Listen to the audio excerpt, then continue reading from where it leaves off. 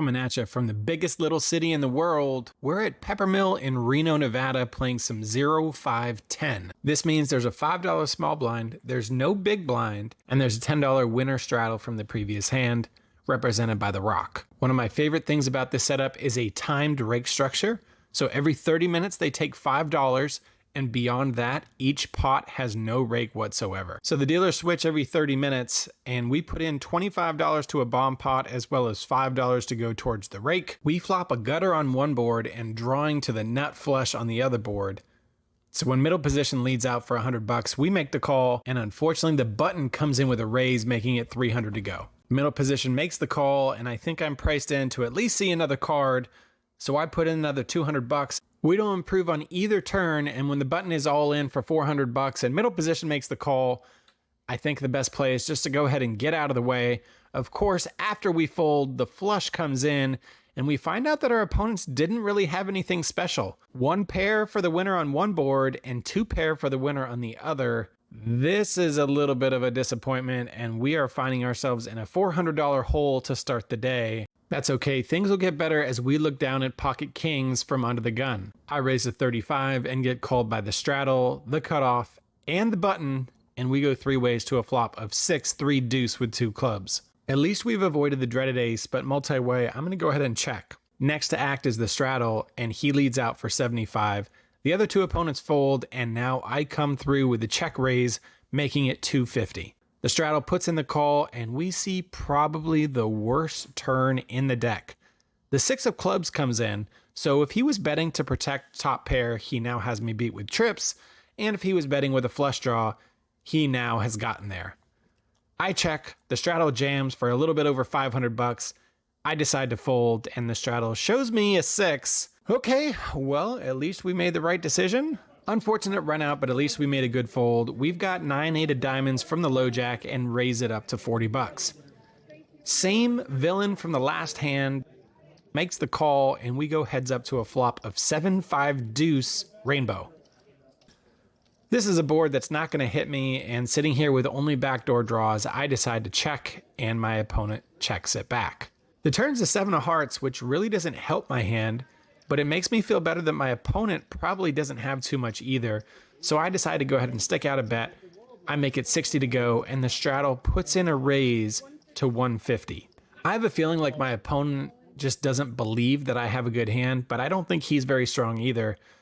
So after he bumps it up to 150, I just go ahead and rip it all in. He quickly folds, I show the bluff, and he says he had pocket 10s.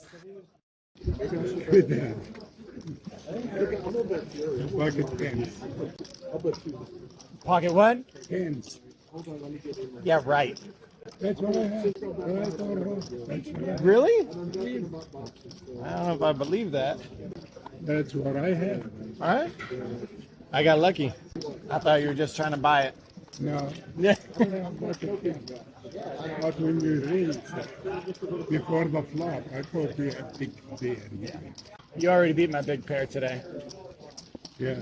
I don't see how he's folding for only another $200 there, but he sounds pretty genuine, so I actually believe him. We get the bluff through and surprisingly take down the pot with 9 high. We lost with kings last time, and this time I need your help on the best way to play this hand.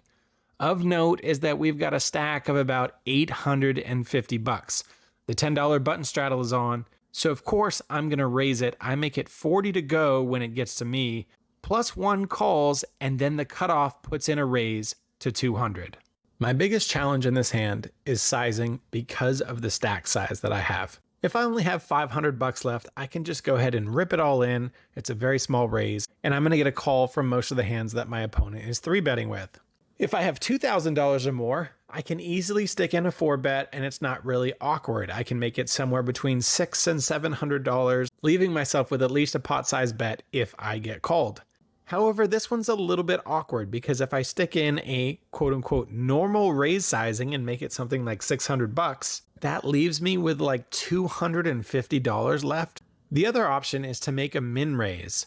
But if I make it, let's say 400, 450, something like that, I'm still committing more than half of my stack, but I'm giving the cutoff a great price in position, and I'm playing pretty face up.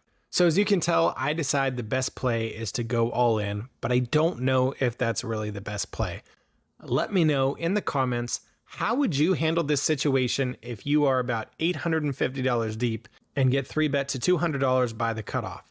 Do you flat call, giving +1 the chance to come along as well, and then check raise all in on the flop that's not ace high? Do you put in the min raise, which probably drives out under the gun +1, but gives a great price to the cutoff? Or do you decide to do what I do, which is just to go ahead and rip it all in? Anyway, after I go all in, +1 folds, the cutoff tanks for a long time, says he has ace queen, and ends up letting his hand go. Let me know in the comments, how would you have played this hand, and most importantly, why? This is an opportunity for me to get better, and I'm really relying on you guys to help solidify what the best play is. Sadly, we don't get too much action while we're at Peppermill, but that's not enough to make a vlog. So let's go ahead and fast forward back to us being in Washington at our local 1-3 game at Casino Caribbean. I've got queen 2 suited from the small blind. It limps around and we decide to go ahead and see a flop. Flop comes out queen 5 deuce with 2 diamonds. I check, intending to check raise, but nobody takes the bait and it checks around. Turn comes in the jack of spades, so now I decide it's time to start betting. I make it a whopping $11, and the big blind and the cutoff both make the call. River comes in the 6 of clubs, and now I bet $20 for value and get raised by the big blind, who makes it 70 to go. I take a look at the board, and sure, a straight comes in, maybe he's got some other 2-pair hands, but I don't think I have any option other than just go ahead and make the call. So I stick in the extra $50, and the big blind shows that he only had a 6 and was putting in a bluff. We scoop a nice medium-sized pot for the 1-3 stakes that we're playing at and move on to the next hand, which is at a new table. Literally the first hand I'm dealt in at the new table, I've got black pocket queens. The hijack raises to 15 and we 3-bet from the cutoff to $45. It folds back around to the hijack. He makes the call and we're heads up in position to an ace high flop, ace 10 8. The bad news is it sucks for our hand. The good news is it's great for our range. So when it checks to me, I stick in a small C bet of $45 and I get met by a check raise to 145. I don't know anything about my opponent, but considering that this board would favor me, the fact that he's check raising me seems really strong. I just go ahead and let my queens go and assume that I'm making a good fold. I'm about ready to get up and use the restroom after being card dead for about an hour, but then a bomb pot comes along, and generally they're pretty action filled and can be good for the vlog. So I decide I'll go ahead and play the bomb pot, let the button pass, and then I'll go to the restroom. And it's a good thing that we do that because we look down at jacks and the flop comes out jack, jack, 6. We flop quads in a bomb pot.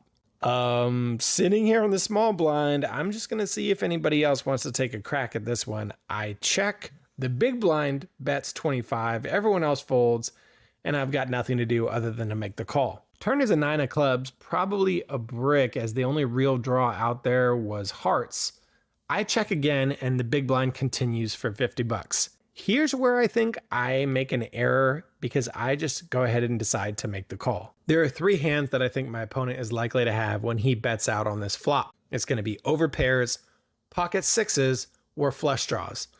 So after he's bet a second street on the 9 of clubs, I think the best play is for me to go ahead and raise.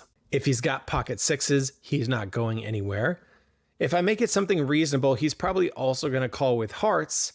And if he's got an overpair, he'll probably go ahead and make the call as well. So now that I've gotten 2 streets of value, I think I should be sticking in a raise. But sadly, I just go ahead, make the call, and hope that he hits whatever he wants to hit on this river. I don't think that happens because the river is the 3 of diamonds. Now that I've played it the way that I've played it, I do think the best river play is to make the check, hoping that he'll bet on all of his missed draws, or that he'll bet for value if he happens to have an overpair or if he happens to have pocket 6s. So I check.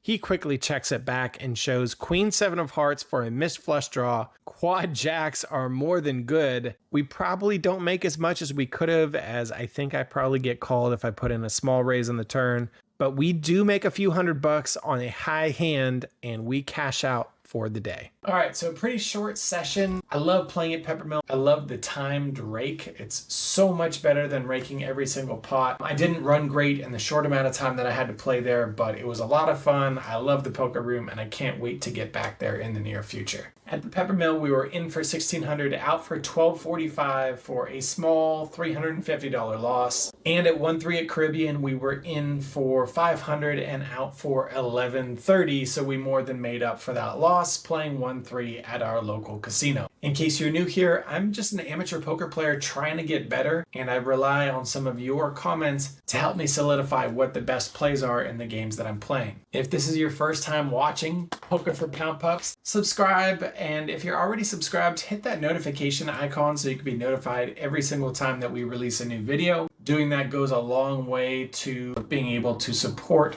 local dog shelters. What? Oh my goodness! Anyway, this is Wes signing off. We'll see you next time on Poker for Pound Pups. Hey everybody, subscribe here to catch the latest episodes. Also, hit that like button and share these videos with anyone who might enjoy them. Doing that really helps the channel and its goal to support dog shelters, so thanks for watching Poker for Pound Pups, and have a great day.